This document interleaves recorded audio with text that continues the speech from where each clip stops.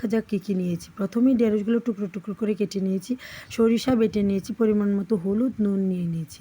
তারপর কড়াইতে তেল দিয়ে দিয়েছি, তারপর শুকনো মরিচ ফোড়ন দিয়ে শুকনো মরিচটাকে এপিট ওপিট খুব ভালো করে ভেজে নিয়েছি। তো ভাজা হয়ে গেলে এতে মেথি ফোড়ন দিয়ে ঢেঁড়সগুলো ঢেলে দিয়েছি হলুদ, পরিমাণ মতো লবণ।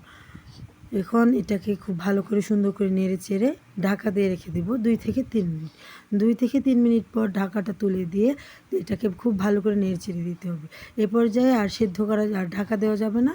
তো আমার এটাকে খুব ভালো করে ভেজে নিতে হবে, অবশ্যই ভাজা হয়ে গেছে। তো আমি এখন এটা সরিষাটা দিয়ে খুব ভালো করে মিক্সড করে নিচ্ছি।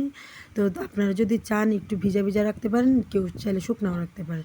তো এই পর্যায়ে আমার একদম পুরো রান্না কমপ্লিট। আমি এ পর্যায়ে একটি প্লেটে সার্ভ করে ভগবানকে তুলসীপত্র দিয়ে নিবেদন করুন। আর এই পর্যায়ে একদম পরিবেশনের জন্য রেডি। অবশ্যই গরম গরম ভাতের সঙ্গে গরম গরম পরিবেশন করুন। আজকের ভিডিওটি এখানে শেষ। বাই।